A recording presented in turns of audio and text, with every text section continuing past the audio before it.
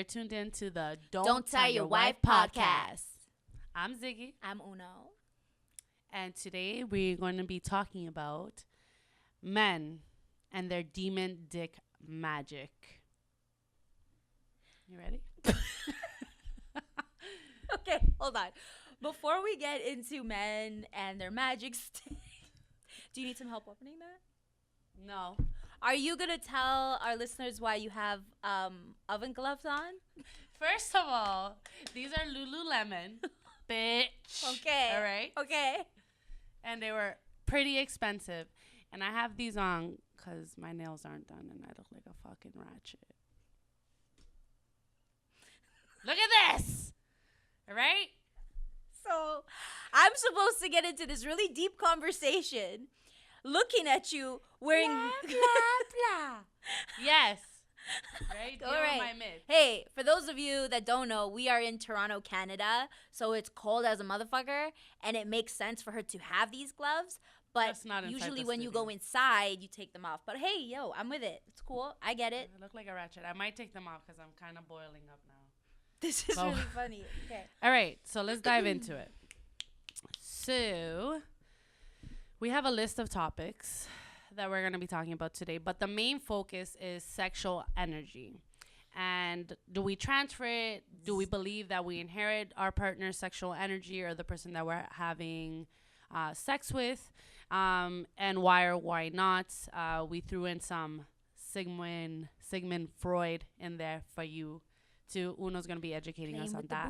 Playing with the booty hole, playing with the booty hole. So we'll dive into it by defining what sexual energy is. So the politically correct term is libido. Great word. Is a person's overall sexual drive or desire for sexual activity. Libido is influenced by biological, psychological, and social factors. But for the sake of our conversation and the fact that libido is a little dated, we would characterize libido as sexual energy. Yes. So for me, a sexual energy is, I know this sounds like cliche, but like it's a vibe. Like when I'm with somebody, I feel a vibe. It could be, and it could transform into a sexual vibe. Sometimes I meet someone and right away I'm like, yo, there's a sexual... There's sexual energy. Yeah. Sometimes I meet people and there's not, but it grows. So for me, sexual energy is to each his own. There's no definite yes or no, wrong or right way of looking at it. It's everyone's own. And yeah, it's a vibe. For me, just sum it up as a vibe. What about you? I agree. Again, it's energy. Like sometimes you'll go, like for example, like when I was single, like I would go on a date with this guy and I was like really into him, looks wise. But then we'll go out and then like he wouldn't stimulate me like mentally. Like I would just be like, so Sorry. It's just...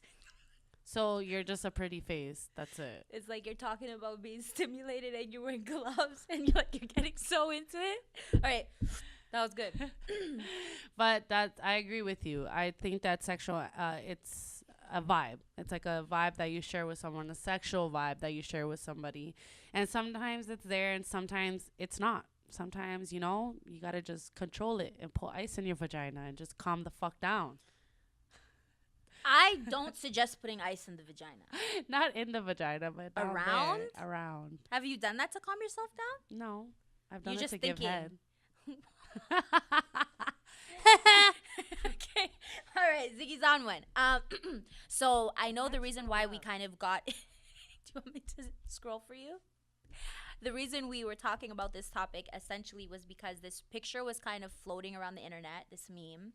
We'll put it up for our viewers, but for those of you just listening to the audio, it's basically a picture of a man and a woman having sex, and you see the energy. It's a circle of energy going from their head, and then it's like a cycle. It goes down to the man's ting, goes up inside the woman's ting, back to her head, and the circle of life continues. Do you want to kind of read what it says there? I want to show it to them.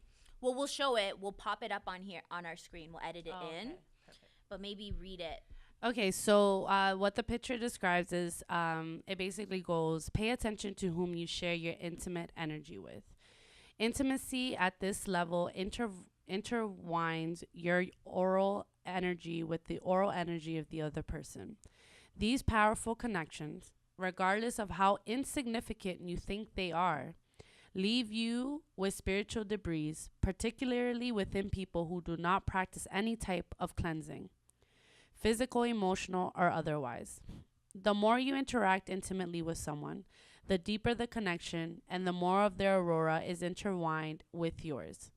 Imagine imagine the confused aurora of someone who sleeps with multiple people and carries around these multiple energies. What they may not realize is that others can feel that energy, which can repel positive energy and attract negative energy into your life. I always say, never sleep with someone you wouldn't want to be with. And that was a quote by Lisa Patterson. Hmm. I don't know who she is, but She's smart. yeah. Yo, Lisa Patterson. Let's give her some love. For me, this kind of took me back to university, and I won't bore everyone with like the intense version of this. I'll just kind of graze over it, and then you and I can like decipher it in like our own way, because we're 30 and we're not an older man. Bitch, I still got 5 months to be 30. I'm 29. Hold on to it. Yeah. No, 30's lit. Anyways, when I saw that picture and I read what Lisa Patterson said, I automatically thought of Freud. So Sigmund Freud was basically, people say he's kind of the first person to quote unquote psychoanalyze. He focused on things like a person's ego. So he said there's your own ego, there's the super ego, there's the front you show society, etc. But a really big topic for him was the libido. And he basically said that,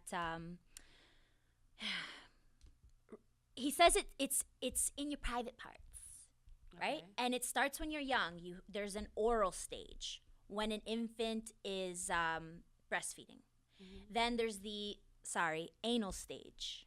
So like all these things, as you grow older, you feel these different sensations in different parts of your body. That's when you start learning about your libido. Okay. And if you have an experience towards one of those parts or experiences that triggers something, that's when you start having people that are into different things. So yeah, Freud was big on that. He said it really had to do with the parts. I'll just read like a little part of here. Freud pointed out that wow, that's a big word. Freud pointed out that these parts of yourself that create a libido, libidinal drive, can conflict with the conventions of civilized behavior represented in the psyche by the superego. So his psychoanalysis was, it's all up here, it connects to down there. And then on the flip side, the analytical psychologist who was kind of saying something completely different was Carl Gustav Jung. He said the libido is identified as the totality of psychic energy, not limited to sexual desire. So he's like all here. And his is more, it's like natural, it's from birth or whatever. Whereas Freud was like, you grow into these things. It develops over time. Exactly. Kind of like nurture versus nature. That's very interesting. In a nutshell, and I think just for you and I to discuss and people to think about, when we think about kind of what these people said 100 years ago, it is a sexual energy. It is. And can it be transferred? Like, can I think to myself, this is my libido, this is what's kind of turning me on, I just have this feeling, can I give you that feeling? I think so. Yeah. I think that you can pick up on someone's sexual energy. Like, for example, I remember, a couple of years ago, 2 years ago, I met somebody and we went out on a date. And I didn't think anything of it. Like, I didn't think, that I wanted to have sex with him or anything like that. But sure enough, all of a sudden he started, giving me, obviously it starts like that, giving you a massage, okay? And I felt it. Like, he felt it and I felt it. It was just like a shift in our energy. He did something that Freud would say he did. No, Freud would say some fucked up shit. Like, he touched your spinal cord, which is connected to your booty hole, and you got excited. Is he right? No, I don't know what it was. Because, like, before that, there was, like, no sexual energy. Like, there was obviously a physical attraction. So I guess that is, like, part A of sexual energy. But, like, to the point where I felt, like, aroused and, like, I felt, like, you know, that I wanted to have sex. No. Until that moment. And then he said it too. He's like, I don't know. There was just a shift in your energy. I think, and I say this about basically everything, we're all animals. We all have different cravings. And those cravings can hit like you don't even know. Like, right now, I could be totally like, listen, I'm not in the mood, whatever. The smallest thing could happen and you just have this craving. And some of us are better at not satisfying that craving, and some of us have no discipline and we're just like, boom, want it now. I think the term you're looking for is that some of us have self-control, bitch. All right? Some of us have self-control. Could you say it with the gloves on? No, I'm getting hot now. Okay, sorry. That's why I'm hiding my hands on my lap. Okay, so we basically agree that the energy can be transferred. We do. However, I want to pick up on something because we're talking just solely on sexual energy. We're not solely talking on sexual energy. I'm talking about bad vibes, positive vibes that could be transferred over to you. Yeah. Because, like, from my experience, like, when I got out of, you know, a previous relationship, I felt like I knew for a fact that this person was broken. Emotionally. So inside they were broken. On the outside you saw somebody that was like a hard, like rugged ass nigga, like, you know, like nothing got to him. But because I knew him intimately, like this quote says by Lisa Patterson, because we shared each other's energy intimately, he could feel when something was wrong with me and I could sense when something was wrong with him. Right. To the point where, like, he would just know. Like, I remember once I was on the phone and, like, something bothered me that I saw. And he goes, "What's wrong?" And I'm like, "Nothing." He's like, "I know that something's wrong. Like, when you turn quiet and, you know, I could sense it in your energy, like, something's wrong." And then, like, with him, he was very, back to what I was saying originally, he was very broken emotionally. And after we were finished, I felt just as emotionally broken, in a sense that he never felt that he was worthy. He felt worthless almost. Like, and that's what it was. He felt worthless, to the point where he didn't want to aspire to anything bigger. He didn't want to aspire to a greater version of love than he's ever been accustomed to. All his previous relationships were toxic.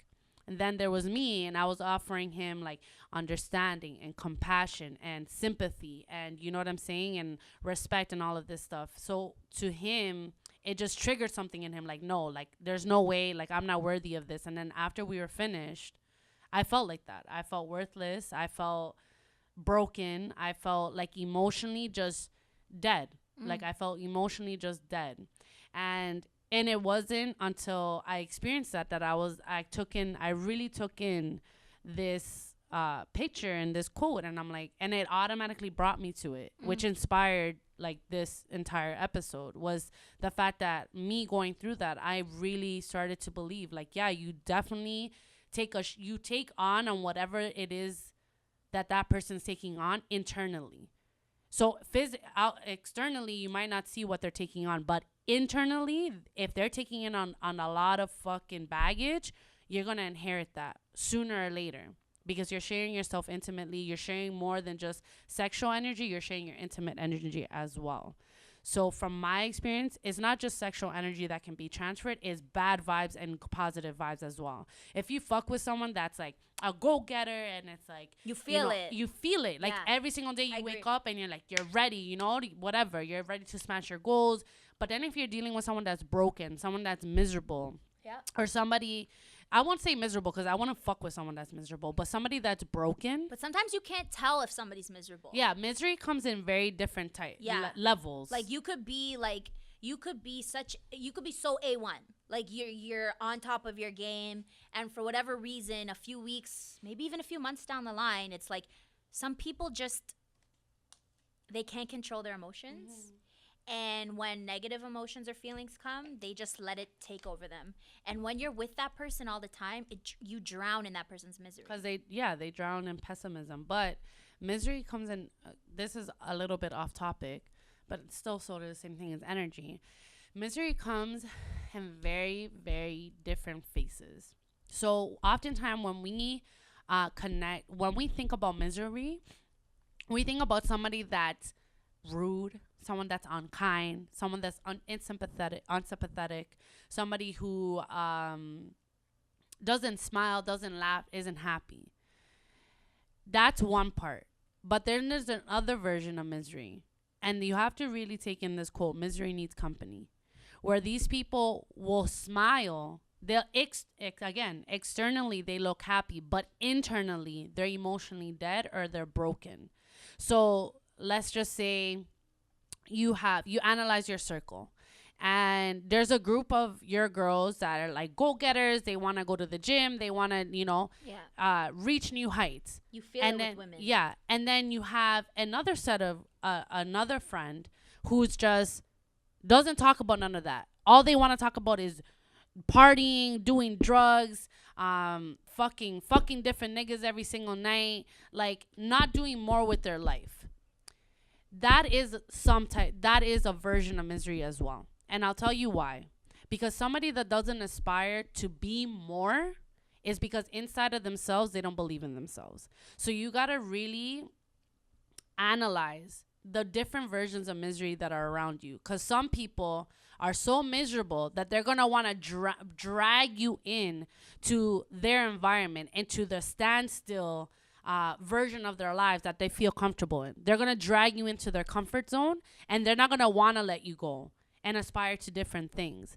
And once you start branching out of their comfort zone, you start losing your relationship, that friendship with them, because it's like, well, there's nothing else that we have in common, because I just want to party and do drugs and not do anything else with my life. That's all I want to do. And you want to go out here and chase your dreams. So again, different versions. That person can be very happy, funny, a good time, but that's all they focus on, is having a good time, like partying and not aspiring more to life. And as an individual, we're not just put in this life to just be born, live in the hood, stay in the hood, and that's it.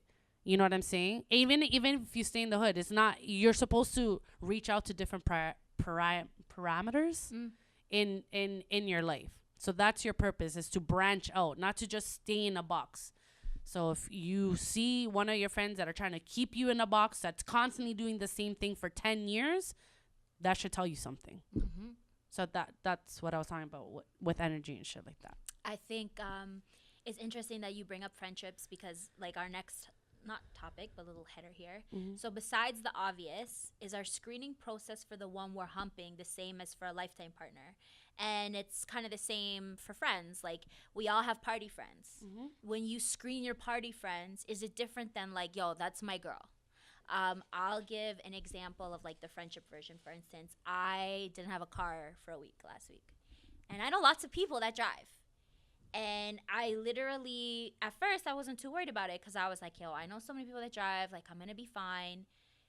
Honestly, between my brother and one friend I have, they really came through for me, drove me to work, home, all my little errands and things I had to do. My other friends were nowhere to be found. Right? Mm-hmm. And so I think to myself, like, when I was screening them, mm-hmm. as friends that I have expectations for, as friends that I was thinking, okay, well, when I need a ride, I can rely on these people, and yet they're nowhere to be found, somewhere along the line, I fucked up in the screening process.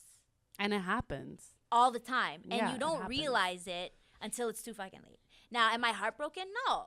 I just know what it is now. You know what it is. Exactly. And I mean, we all go through that. Like, by the time you're our age, you've probably screened like at least 500 women to be friends. And you have, what, 3 left? I don't know. Depends how many you count as friends. Mm-hmm. So I agree. Like this whole topic in terms of like energy, it's not just sexual. It definitely applies to friendships. So I think the screening process is very important. Looping back to, is it the same process for the one I'm humping as for a lifetime partner? I know for myself, it hasn't been. Straight up, it can't be. It hasn't been. No. Because I'm just thinking about, like, I know it sounds vulgar and I'm going to sound like a nigga, but, like, I'm just thinking about my nut. Like, that's it. Like, I'm just thinking about going to get mine and you're then. satisfying that craving. Exactly. And then you're out. But that only, okay. So that only works when you're not trying to develop something with this person. But shouldn't we be only going toe to toe with those we want to develop something with? That's like, this is where we fuck up. Yeah. This is where we fuck up. And because then when we inherit all this, like, I'll tell you, like, another experience that I had, I was hooking up with this. It was my most steadiest hookup. Like, it was like ongoing for 5 years. Okay. Like, which I would process as you're in a relationship, but continue. Exactly. Like, it sounds like you're in a relationship if you're fucking the same person for 5 years. But anyways, this particular individual just wasn't ready to grow up. Right. Wasn't ready to leave his player ways on the back burner. So where I fucked up is that I started inheriting that type of mentality where it's like, all right, well, I'm going to fuck you and I'm going to fuck whoever else I want to fuck. You know what I'm saying? Yeah. And it developed a confusing energy in me because then I was like, well, do I really want something more with this person? That's so real. That's you so know, real. or is it just sex? And his confusion, his own personal confusion on whether or not he wanted to, because at this point he's like, you know, he should have been looking for something a little bit more serious. His confusion rubbed off on me. Sorry. And it was like, I started looking at these people like, well, do I want, you know, something more serious? Yeah. And then I think that's where we fuck up because I feel like the person that you're humping, the person that you're fucking, it should go through such a serious screening process. And I can honestly and openly admit with no shame that when I was younger, I didn't. No. I didn't do no screening process. I honestly, and if you think about it, those of us that did, maybe I'm like going out on a fly by saying this, you probably come from a 2-parent, very stable home. Safe home. Yeah. Where you got mom, dad, and maybe some siblings looking out for you. Mm-hmm. They're saying you can and can't go whenever you want from the house. Mm-hmm. You can and can't bring anyone over. They're able to watch every little thing that's going on in your life. I didn't have that growing up. I love my mom to death, but she was just too busy. Yeah. So it was easy for me to be sneaking in and out of the house, talking and being around people I had no business being around. Girl. Okay? But you get caught up in this cycle of like filling our voids because we got little girl daddy issues. Mm-hmm. You're feeling this weird feeling. You're picking up exactly what you said. You're taking on that person's energy. You're young. You're vulnerable to other people's opinions. Exactly. And you start taking on that as like, okay, this guy that I really like, this is how he's moving with me, so this is how I need to move moving forward. Exactly. So we essentially we're these fragile, beautiful little girls who get thrown in the jungle amongst the tigers, lions, gorillas, and fucking hyenas. And then we have to decide what animal we're going to be in the kingdom. And we go. Yeah. We learn as we go. We get thrown into the ocean and say swim. Exactly. We learn as we go. I never had my dad sit down with me and be like, this is how a man should treat you. Ever. The only thing that I have from my dad was make sure he's a Christian man. Wow. And to me, that doesn't mean shit because Christian men, let me tell you something. Some of you motherfuckers are sick as fuck. All right? And Catholics too. The fact that the Vatican had a 4-day workshop on sexual fucking abuse in 2019 just says where the fuck religion is heading. So that to me doesn't mean shit. I never had my dad say, you know, make sure he opens the car door for you. Make sure that he walks you to your door, or make sure he, you know, he checks on you, or anything like that. And my mom, like Uno, my mom was just too busy. When you come from a single parent household, they're trying to be the mom, the dad, the breadwinner, the nurturer, the everything. It's hard for a single mother to fucking do it. Shout out to all my single mothers. Right. I know the fucking struggle. Uno knows the struggle. We've seen our moms go through it. You know what I'm saying? And it's hard. You're learning as you go. You're learning about love as you go, and you're identifying that for yourself, because as a single parent, you never had a version, you never had an example of what a healthy relationship or an interaction between a woman and a man should be. And from my experience, I never had that example because, you know, can't take our moms didn't have the, they weren't allowed to think, okay, what energies is she picking up? yeah. on? They didn't have What time type to of think sexual about A to relationship? Z. Nah, my mom's like, are you in school? Yeah. Are you safe? Did you eat? Yeah. Did you take your mitts? Like, are you gonna grow up to be a good person? Okay, mommy, yeah, but what does good mean? Like, it's so vague. Yeah. Just make sure you're a good person. Yeah. You know? I think They brought us up with manners and like the basic morale. You know what I'm saying? Yeah. But to sit down and have it was impossible. It was hard, and like the environment and then ourselves, we set ourselves up for failure. exactly. And then our screening process isn't It's just there. fucked. It's gone. It just isn't there. We're select now. Let me say, before some people are like, oh, they have no screening process. They're a bunch of hoes. Fuck you. No, the screening. What we mean, the screening process. We talk about we're still selective, but the niggas we selective with aren't the right ones. All right, that's what I'm trying to say. Which is fine, because that Yeah, happens. and you because learn. I know when I'm going through somebody's selective process, whatever, I might not make it through because I'm not what they need or whatever. Like, it's fine. It's just when you're younger, everything is distorted. Exactly. So, like, if I'm, let's just say, for instance, well, because we don't know what we want. We're not women. We're when little you're- girls. When you're a teenager, you're like, can he pick me up from school? Yeah. And I know this sounds really bad, but like, can he go to the LCBO? Does he have weed? Yeah, like, let's be real. And so it starts there, and then all of a sudden, yes, he can go to the LCBO, turns into, can he pay rent? And then it's like, he could pay rent so long as it's in the hood. And then you're like, Exactly. wow, I'm going to move in with the guy who can pay rent. But he's struggling himself. He's probably a 22, 23-year-old coming from the same environment. He can afford rent, but not the type of rent you want to live in. Exactly. And then everything gets all fucked up. So we're really talking about the screening process for the one that we're fucking. Is it the same for this as a life partner? From our experience, definitely it has not been. Now as a woman, now as someone that's reaching her 30s, definitely the screening process is there.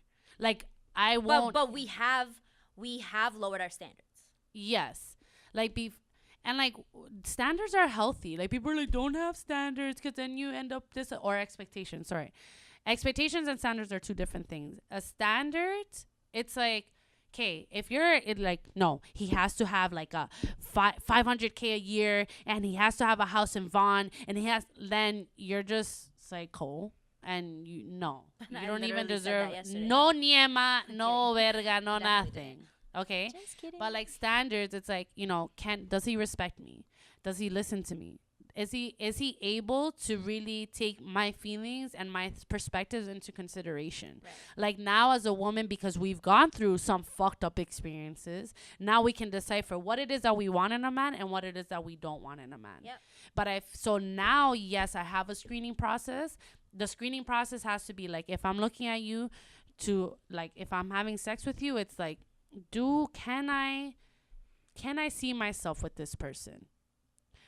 Oh, to a certain extent, because some of you were just what it was. Okay, but they were it was booty just, calls. Exactly. It just what it was. Some of you didn't make that list. So we do, like, going on to our next thing, we do lower our standards for the booty call. Yeah. That fucked us up because what we should have been doing was having the same expectations. Yes. Oh, That's so true. It's so true. Bro, it just brought me back to that fucking 4-year fuck. Like, I'm like, I would never put up with this type of man ever in my life. 4-year fuck. But, yo, it's just, you know, when you have that craving, you have that need, it's like, whatever, man. It doesn't even matter. 4 It years. doesn't even matter. 4 years. 4 years. True, yeah. And we were friends for like 13 years. So I'm boiling hot. Like, I'm sweating. I'm sorry, guys. I have to strip down. I can't do it. Boom, chicka, wow, wow. Jesus. Bitch is catching heat stroke up in here. God. All right. Clear this topic has you in your feels. Like, God damn. damn, goddamn, All right. goddamn. So, what are we inheriting when we fuck each other? Is it love, lust, or is it just an animal instinct that leaves once we bust a nut? Wow, in my mind, we already just covered all this. Did we? Yeah. Okay. But well, I'll just want to say one thing. Back to my whole like we're all animals thing. Does it leave once we bust a nut? Yes. For me, because that's an animal instinct. I don't walk around in my day-to-day on my tiger shit. I would get nothing done. You cannot be a functioning person that fulfills every craving. Oh, no, you can't. You can't. You can't. So you bust a nut, you go from tiger lady to like cute cuddly hippo. But you're just you're just thinking about sexual energy. Yes, this is just strictly because we're talking about what are we inheriting when we fuck each other. This is sexual energy.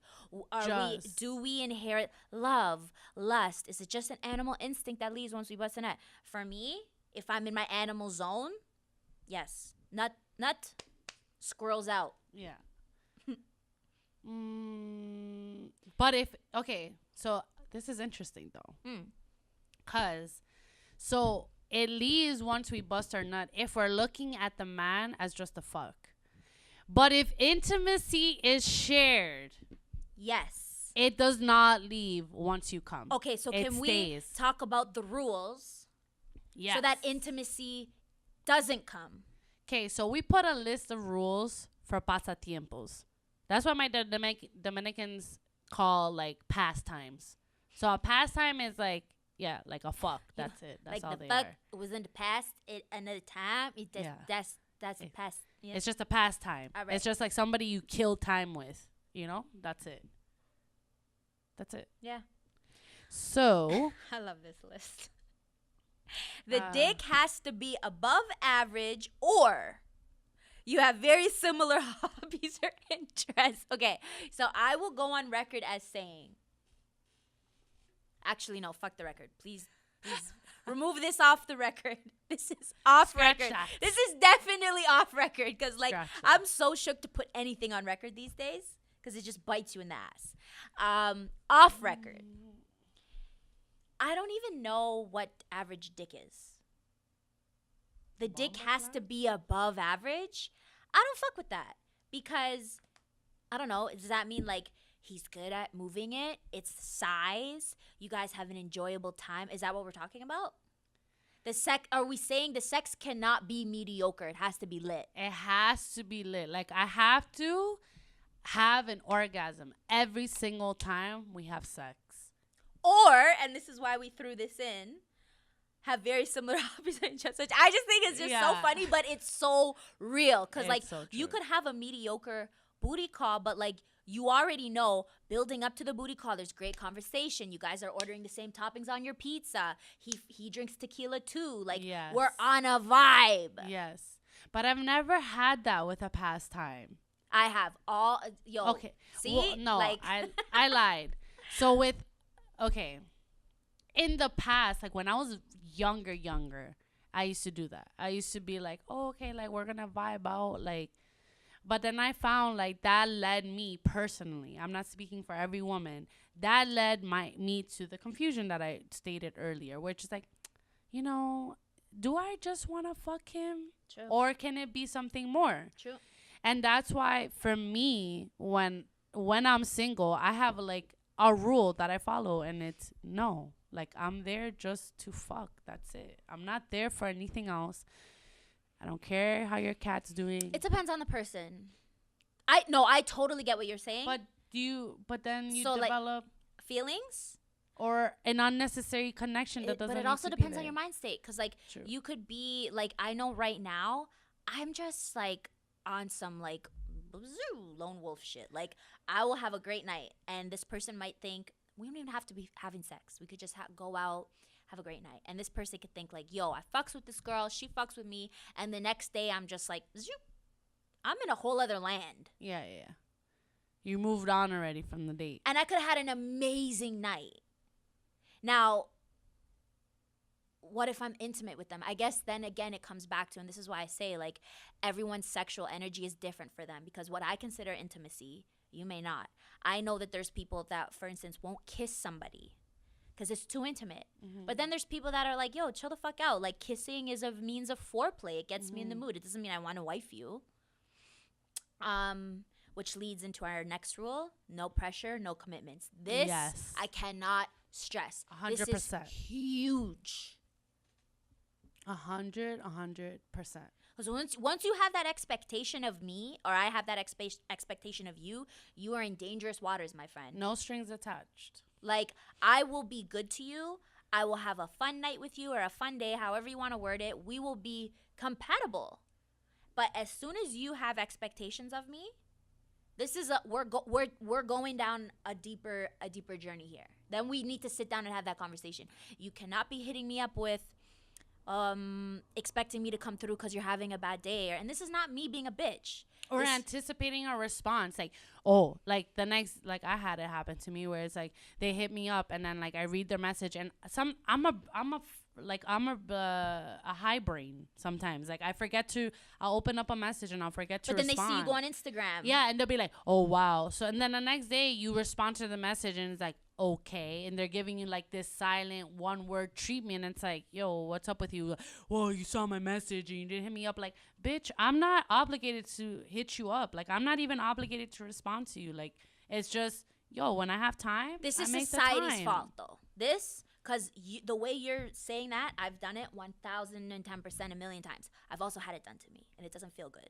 So I try and monitor doing it to others, and sometimes I succeed, sometimes I fail. But society has led us to this idea that we are literally racing against the clock right now. Like, if you're between the age of 20 and 30, maybe even 25 and 35, yo, you gotta have a house, you gotta have a car, focus on your career, have some money.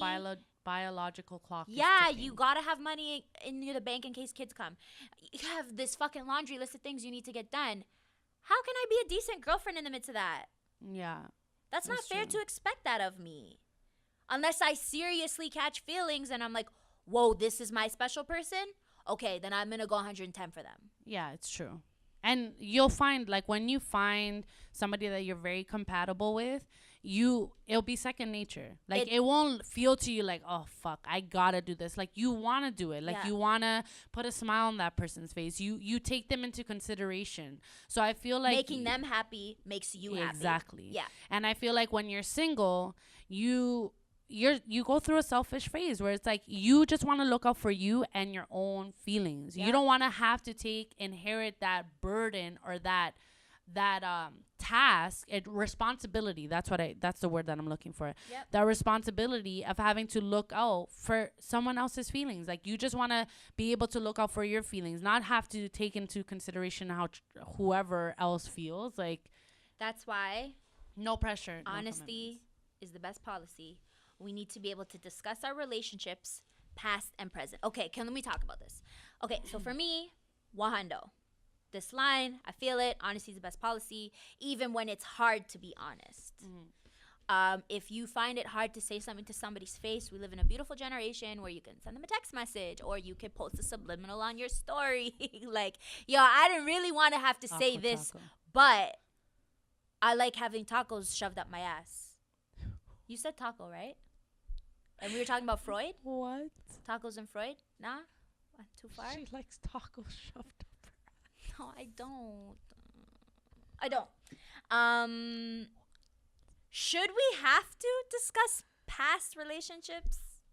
But this goes back to what Okay, I was sorry. It's a saying. booty call. It's a booty call. So you don't. You don't have to do that. You don't even have to get into all that discussion and all that. Let's order food and thing. Like, yo, I remember I was fucking with this one person, and like I got to his house, and like this man's just trying to like, I guess he was trying to ease into it, but like I was the aggressor. Like I was there for one thing and one thing only. And like in the middle of it, he goes, yeah, maybe we can order some food. And I'm just like, not interested. Like he could see that I was like, yeah, sure, whatever. And he goes like, oh, Be like, you're you gonna eat this pussy? He's like, yeah, you're probably thinking like, why don't you just fuck me already? I'm like, yeah, I am. That's exactly what I'm thinking about. Like that. And it's like sometimes like this is what I mean. Like the same way that as women, we know that guys have a screening process and you guys have a certain, I guess, anticipation for the type of woman that you want to fuck with. We have that too. And some of us as women, we recognize that, okay, it is what it is. We're just a fuck. But some of you guys need to accept that you're just a fuck too. And that's it. Like, and that's all it's ever going to be. That's all it ever was. One of two things. Either he actually really liked you. No, I don't think it was that. Or he was one of those guys where that was one of his voids that you were filling. It's like those guys that pay prostitutes to hold their hand. That's what it was. Yeah. Is that I think that's fucking sad, and I suffer from that sometimes. That's what it was. It's like he wasn't getting that. He was in a messed up situation where it's like he was out of a relationship, but he still kept ties with that person that he was in a previous relationship with. It was just a fucked up scenario. And it was just like, that's what it was. It was like a void. Like he wanted that intimacy, but without the commitment. Right. And that's what a lot of niggas these days want. They want your intimacy. They want your affection. They want your pussy, but they don't want to commit to you. And it's like, yo, if you're telling me that I'm good enough to fuck, and you're telling me I'm only good enough to fuck, then I'm going to treat you the exact same fucking way. You're just good enough to fuck, and that's all I'm there for. That's it. So I don't think honesty is the best policy we can discuss. And like even in that situation, like I remember one day I was having a rough day. I got into a big ass fight with one of my best friends. It followed off with a big dispute with someone else that I was super close with. And like I got there and it was like I wanted to vent about it. But then I'm like I was about to start and then I held myself back and I was like, no, this is not the person I vent to. So I hit up the person that I'm with now because me and him were friends. And I told him like, yo, like, what do you think about the situation? Blah, blah, blah. And he told me, he's like, boom, this is what I think. That's who you go to, your friends, your support circle. You don't start venting and talking about things to your fucking fucks. So maybe when we say honesty is the best policy, we mean like, yo, we say what it is. Exactly. This is what it is. This is what I'm looking for from you. Can you supply my demand? Yeah. I think that as a woman though, I've moving into 2019, or I think with experience, you're able to automatically decipher that. Yeah, like you can there should. Are you gonna drink that? No, you can drink it. You can automatically decipher that once you grow, as a woman and you have more experiences with the opposite sex, you're able to really decipher what like the type of men's attitudes and behaviors and see what the fuck it is like. Okay, number 4. They shouldn't meet friends or family. Hell no. Yes. Yeah. Number 1 rule. That rule should have been fucking number 1. Don't get high. No. What is it? Not don't get high on supply. Don't shit where you sleep. No. Yeah? Yeah. Don't shit where you sleep. Huh? What rule? They shouldn't meet friends or family. Yeah. It's too much. Yeah. Hell no. They should not. No. None of that. And if you do that, ladies, again, that is building up intimacy. Like Uno said, I have the worst it's different luck with that. Like, I'm telling you, I don't know what. Maybe it's because, like, I'm cute and, like, I just have that, like, little look. But, like, I always get roped into meeting families. And it always happens when I don't know what's about to happen. Like, I'll think we're just going somewhere to whatever. And it's like, oh, yeah, my family's there. And I'm like, oh what? I don't want to meet your mom, because women know, Like, women know. Like, as soon as a mom sees me and catches the vibe, she's going to be like, oh, my son's a fucking idiot. I've never had that. Here's the catch-22 though. My serious relationships had such dysfunctional families that I never really met their entire family. That's the same with me. So I've met the majority of the family of guys that I just knew it was gonna last a 1-2 month, but the fucking 1-2 years, and now like some people might say, well, Rosa, maybe they knew not to bring you around because they didn't see a long future with you. I don't believe that. I really don't. Like, I think I'm pretty laid back and cool. Like, if you bring me to your family, we're going to have a great time. There's no complications. But it's not necessarily a reflection of you. It's the not. Reason why. But I just think also it was a reflection of their family dynamic. It's just so dysfunctional that there's no, like, Christmas dinner and you meet everyone. It's like, yo, I got to go bail my dad out. Are you down? Yeah. Yeah. Or like, yo, this, that, and whatever. Yeah. Number 5. Everything is a fair exchange. You take turns with Ubers, food, alcohol, etc. No one should ever feel out of pocket. Yeah. This is a big one. Yeah, your pasatiempo shouldn't be fucking picking you up to fuck. Take an Uber there or drive your car there. Yeah. They should not be driving you, picking you up, and you shouldn't, vice versa. You shouldn't be doing that with them. And yo, if he covered the expenses last time, you cover the expenses the next time. Yeah. The last thing you want, like the thing is, you should never feel bad blood when a booty call ends. Right? Yeah, no, definitely not. But that's like 90% of them end like that. Actually, it's interestingly enough. Let's pull this up. I've never had bad blood with any, like, I'll still, like, it's not like there's any, like, I don't even think with any of my exes I have that where it's like, oh, only like one. And it's because he was super abusive and he was a piece of shit. But, yeah. We posted a little poll. So, ladies, this was strictly for the ladies. Have you ever caught feelings for a booty call or fling? Look at these numbers. 71% of our queens answered yes. And 29% said no. Are we Y'all shocked? bunch of savages. Are we shocked? I'm not shocked at all. How about the men? This one. Wow. So, fellas, have you ever caught feelings for a booty call or fling? 75%, which is 4% higher than the women, said yes. And 4% less than the females. 25% said no. So, So men are more emotional than we think. Yeah. Wow. I'm actually taken back. Yeah, like, by that percentage. Like, I'm going to go through who said yes and put them as potentials. No, I'm kidding. Add that motherfucker to my roster. No, I'm kidding. Do you believe in the transfer of energy when hooking up with someone? 90% of people said yes, while only 10% said no. Do you actually stop and think about it before hooking up? 67 said yes, while 9% said, while 33% said no. Eventually it's too late. It's too late. Let's talk about that. Do you actually stop and think about it? Like, your pants are off, you're drunk, you're in a great mood. Are you going to stop and be like, yo, the energy, we're exchanging energy? When I was younger, no. When I was younger, it was just, I didn't think about that. Like, I kept on fucking with dope boys. Yeah, and you start thinking, it's funny because it's like when for instance, Six Buzz, they post Toronto slang. And they post these young women talking like this. And they make fun of them.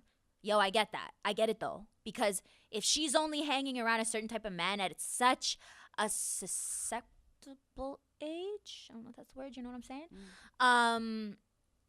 That's how she's going to talk. It's like when you're with your man all the time. You start talking like him. Yeah. So, like, if we were that age, fucking around with guys we had no business of fucking around with, we're going to start acting like those dumbasses. Yeah. Well, I never started acting like them. I did, for sure. But I allowed okay, so, like, for example, like, a dope boy. Like, yo, they can't love you. Like, they can't love you how you want to, how I was thinking to be loved. How I wanted to be loved. But subconsciously, because you were around that energy, you probably loved yourself a lot less. Exactly. Because you're a sponge. We still are sponges, right? Exactly. Did you worry about it the next day? So Um, 61% said yes, it drove me crazy, while 39% said Nah, energy smenergy. yeah, They didn't care. they didn't care. It drives me crazy. It Not even only- just energy. I'm like, oh my god, why? Yeah, why? I've never had one of those like fuck what. No. Yeah, once. You've I never was had just like a like- why? Yeah, I was just like, what was I Good for you. Only thinking? one. Yeah, one. Like I wanted to sneak out of the hotel room at once he fell asleep. I've had that. Yeah, and it was just like, and then the next morning we woke up and he had made plans because we had a relationship previously to us hooking up. So we had made plans to go eat breakfast or whatever, and then he was like making up all these excuses to get out of it, and I'm like, bitch, nigga, little did you know I was about to abandon you in the middle of the night. It's okay. I had the exact same situation. To this day, it's the story that like I carry around with me, because it was just Your little pocket? It's my little pocket story, and it's like the next day he was like trying to cuddle with me and do things that I consider as intimate, and I was just so like ugh. So then I was like, no, I gotta go home. I made up some big dramatic excuse, and he drove me, and I didn't let him drop me right at my house because I didn't want him to know exactly where I lived. But my neighbor was out, and yo, I do not fucks with my Greek neighbors. Okay, like everybody that knows. Sorry, I'm just gonna like take 2 seconds to tell this hilarious story. These motherfuckers built a wall dividing. Our house is connected, dividing. My mom lost it on this man. She's like, what are you, Trump? And you think I'm Mexico? Building this fucking wall? Proceeds to tell them that she's sold the house to the feds, and it's going to become a home for child molesters that have gotten, I'm like, torturing this story right now. What is it? A halfway house for child molesters. So she tells my neighbors. And they're so fucking old and dumb that they're just like they believed her. Your mom's a savage. So, but in that moment, my mom was just so satisfied. Like I just know her face was probably like, yeah. yeah, Take that, motherfucker, bitch. Take that. And then she's like, it's not being sold, but still. Anyways, why was I talking about my Greek neighbors? Anyways, yeah. So this woman's out watering her garden.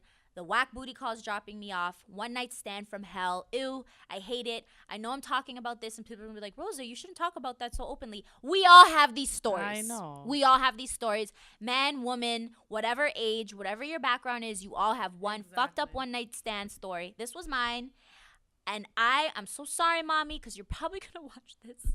But I lied to him and I told him, oh, that's my mom. You can't kiss me goodbye because she can't see you kiss me. And it was my bitch ass, ugly ass, Greek ass neighbor. My mom would be so offended if she knew I told somebody that was her. My mom would be like, I am in shape. Yo, I do a skin she routine. would feel super this. Like, All okay, right. sorry. Let's loop it back. So anyways, the next question on our episode is, does loyalty exist for booty call? Is it loyalty or obsession with the demon dick energy?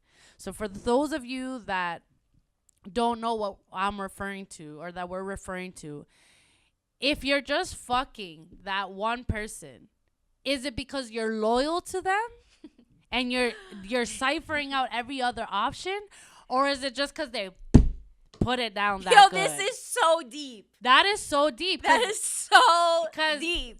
I will personally say that it wasn't loyalty. It was just the fact that Hold on, let me sip tea. once I find somebody that satisfies me as a woman, I don't feel the need to go and nitpick at other things. Like, I'm just like, I'm satisfied. So like, why do I need to do that? And it doesn't bother me if they're sleeping out with other people. Just, don't come and give me no STIs, STDs, or fucking AIDS. Just wrap it up, protect yourself. Practice safe sex. But that's what it like. Is it loyalty or is it an obsession with demon dick energy? I think it's a bit of both. It's obsession. It starts with obsession. And then it just turns into fucking downright loyalty. Like you're just like, But at that point, I'm gonna clear my agenda for this nigga. but at that point, do you start thinking to yourself like, yo, is this feelings or no? This is just like, yo, like I like it. That's interesting that you bring that up. Cause I think by doing that, you're more prone. You're a lot more in the danger zone for that to develop into feelings.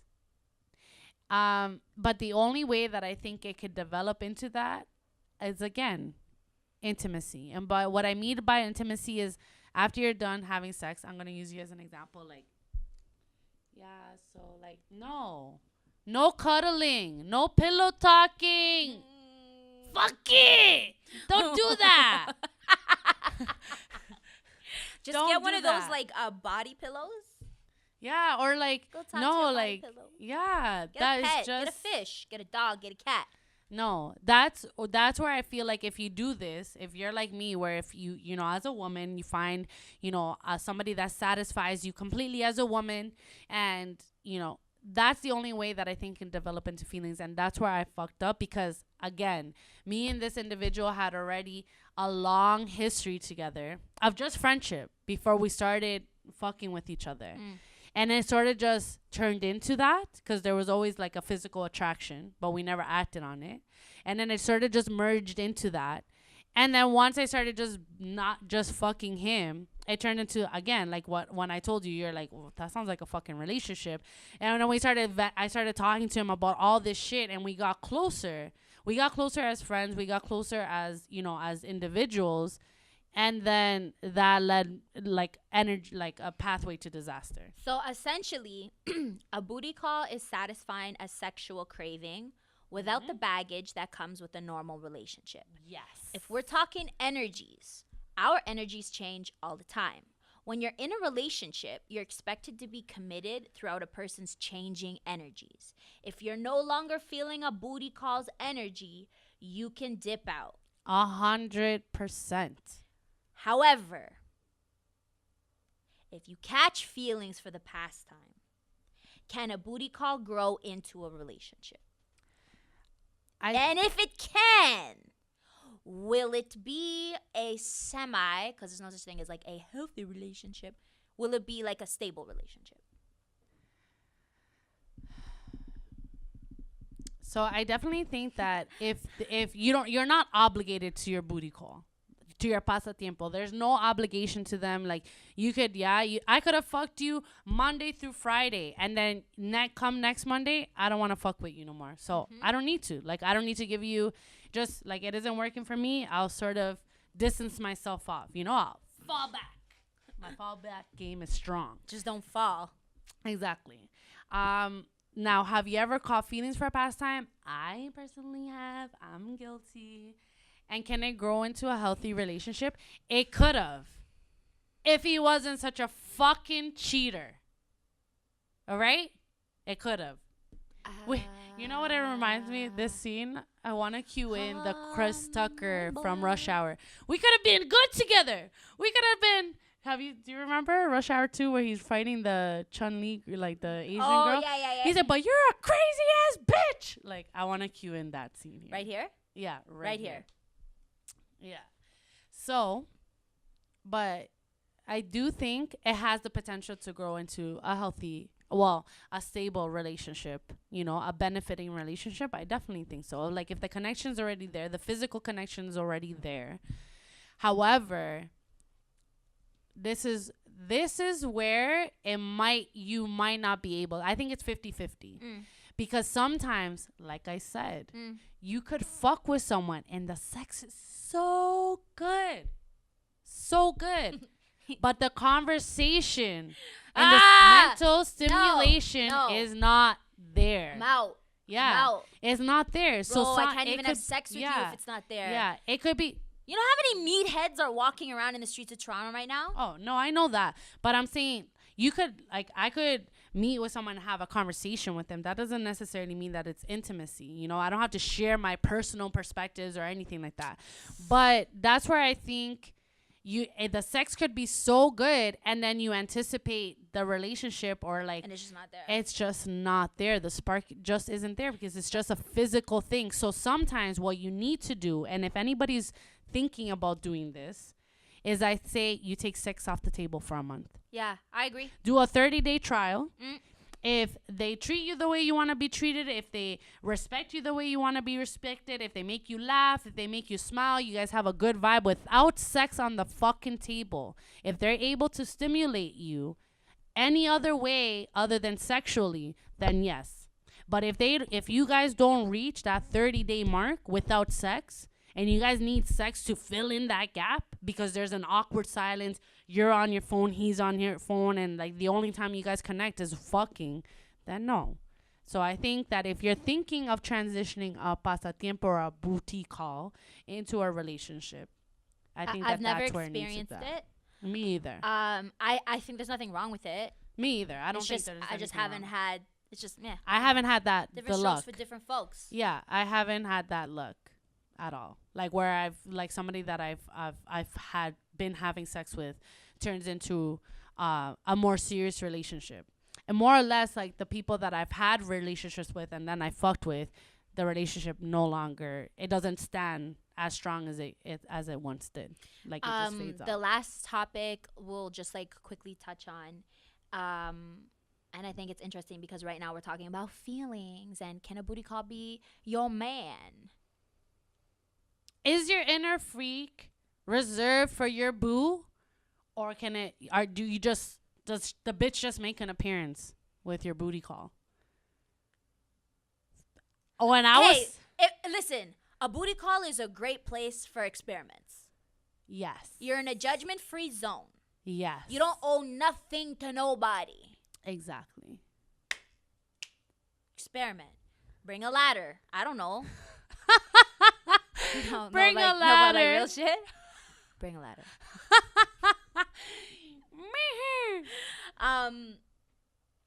And then you perfect it with your man. Yes. I don't feel like your freaky side should just be reserved for your man. I feel like if you find somebody that you feel comfortably sexually, I feel like it's okay if that, that part of you comes out. Hey, I think in this day and age, we should do whatever the fuck we want, however the fuck we want, with whoever the fuck we want, so long as we don't hurt ourselves too much and we don't hurt them. Yes. Now, the way we want to end off this topic, because it's all about demon dick magic. So Erica Badu And Michael Blackson. Yeah. I don't know who started this fucking challenge, but it is absolutely hilarious. And it was called For the Dick Challenge. And You guys remember it this. was, I wish that me and Uno would have prepared Maybe one. we'll do one and we'll just put it out on another day. Our own For the Dick Challenge. For the Dick Challenge. So I'm going to let you guys hear. You don't even have to. Let's outro out and then we'll edit it in to say bye. So, guys, thank you for tuning in to our Men and Their Demon Dick Magic. Be sure to follow us on Instagram at Don't Tell Your Wife. Our individual handles on social media on Instagram, mine is at ambition over everything _. Uno's is at Uno _C's. Be sure to follow us. Stay tuned. We have a ton of other great content for you. And and we're out. Outie. Deuces. Everybody,